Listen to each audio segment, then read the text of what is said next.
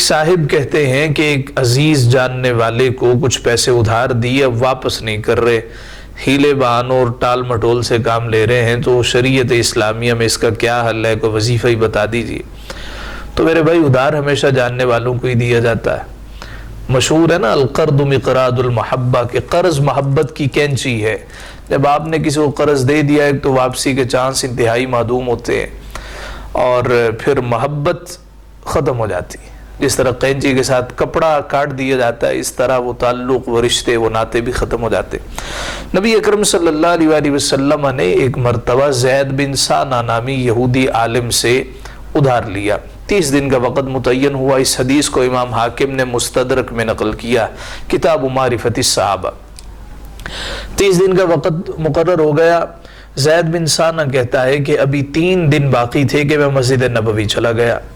اب اس کا پس منظر یہ ہے کہ زید بن سانہ چونکہ یہودیوں کا عالم، تورات کا حافظ تھا، کہتا ہے کہ جتنی صفات تورات میں لکھی میں نے ساری ان میں دیکھ لی، 2 رہ گئی تھی۔ ایک صفت یہ کہ جب ان کو کوئی غصہ دلائے گا معاف کر دیں گے، دوسرا جب کوئی جہل کا مظاہرہ کرے گا تو حلم ان کا غالب آ جائے گا۔ میں نے جا کے پکڑ لیا اور میں نے کہا آپ نے ادھار لیا واپس نہیں کرتے۔ یہ قریشیوں نے عادت ہی بنا لی ہے، ادھار لیتے تو واپس نہیں کرتے۔ حضرت عمر فاروق پاس تھے، جلال میں آگے قریب تھا کہ اس کو مارتے۔ حضور علیہ السلام نے فرمایا عمر کیا کر رہے ہو؟ یا رسول اللہ یہ کس طرح کلام کر رہا ہے، اس کو ادب آداب نہیں ہے، یہ تو گستاخی کر رہا ہے، میں اس کو چھوڑوں گا نہیں۔ مصطفیٰ نے فرمایا عمر تو غلط کر رہا ہے۔ یا رسول اللہ میں غلط کر رہا ہوں۔ ہاں عمر تو غلط کر رہا ہے، تجھے چاہیے تو مجھ سے کہہ، یا رسول اللہ ادھار لیا تو واپس کر دے، اور تجھے چاہیے تو اس سے کہ اللہ کے بندے بات ذرا تمیز اور ادب کے دائرے میں رہ کے کرتے۔ جناب فاروق کہتے میں خاموش ہو گیا۔ سرکار نے فرمایا ابھی ترازو بچھاؤ، جتنی کھجوریں اس کی بنتی ہے اس کو واپس کرو۔ اسی اسنا میں سرکار نے فرمایا عمر ذرا زیادہ ڈال کے دینا، اس لیے کہ تو نے سختی کی تھی۔ حضرت پیر میرے علی شاہ صاحب کہتے ہیں نا کوئی مثل نہ ڈھولن دی، چپ کر مہر علی تھے جا نہیں بولن دی۔ ہمارے ساتھ کوئی ایسا کرتا برسر بازار، اگر ہمیں کوئی روک لیتا اور کہتا تم نے ادھار لیے واپس نہیں کرتے، تو ہم نے کیا کہنا تھا؟ پہلے تو دے دینے تھے، اب تو لے کے دکھا۔ 2-4 کو ہم نے اور اکٹھا کر لینا تھا، یہ بدتمیزی کر رہا ہے، میں نے نیت کی تھی تمہیں دینا ہے، اب نہیں دینا۔ سرکار دو عالم صلی اللہ علیہ وآلہ وسلم نے کیا فرمایا عمر ذرا زیادہ ڈال کے دینا۔ حضرت عمر کہتے ہیں جب اس کا پورا ہو گیا میں اور کھجوریں ڈالنے لگا، وہ کہتا ہے کہ عمر میرا تو پورا ہو گیا، اب کیوں ڈال رہے ہو؟ میں نے کہا چونکہ میں نے سختی کی تھی، مصطفیٰ نے فرمایا ذرا زیادہ ڈال کے دینا۔ زید بن سانہ نے سنا، کہتا ہے عمر مجھے پہچانتے ہو؟ اب حضرت عمر نہیں پہچانتے تھے، نام سنا تھا۔ کہا نہیں، کہا میں زید بن سانہ ہوں۔ تڑپ کے کھڑے ہو گئے، تو یہودیوں کا بڑا عالم؟ کہا میں وہی ہوں، لیکن تجھے بات کرنی نہیں آتی، ادب آداب نہیں، تعلیم تربیت نہیں۔ کہنے لگا عمر مجھے تانے نہ دو، تعلیم بھی ہے، تربیت بھی ہے، ادب آداب سے بھی واقفیت ہے۔ کہا پھر آج یہ تماشا کیوں لگایا؟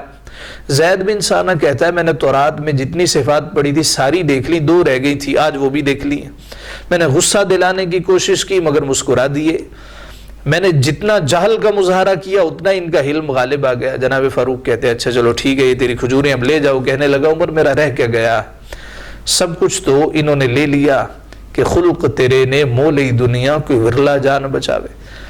اب وہ کلمہ پڑھ کے دائرہ اسلام میں داخل ہوا اور پھر حضرت زید بن سانہ کہلائے۔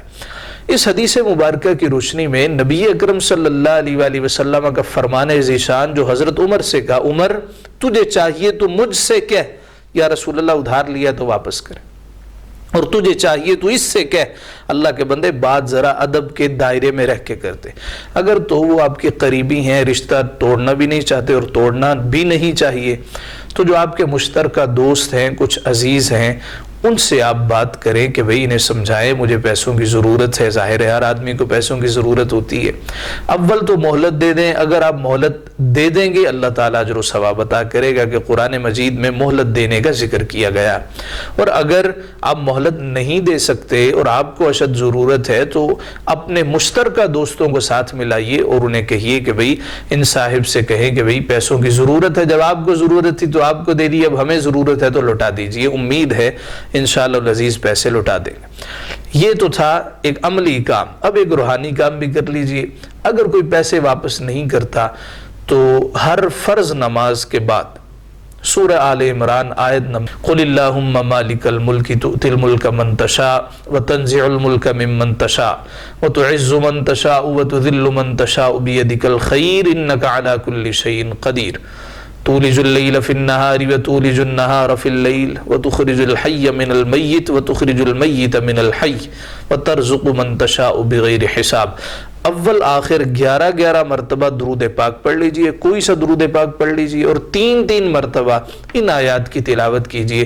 اللہ تعالیٰ کے گھر سے امید ہے کہ وہ شخص جس نے آپ کے پیسے لوٹانے ہوں گے اور وہ ٹال مڈول سے کام لے رہا ہوگا، انشاءاللہ العزیز آپ کے دروازے پر آ کر آپ کے پیسے لوٹا کے معذرت کر کے جائے گا۔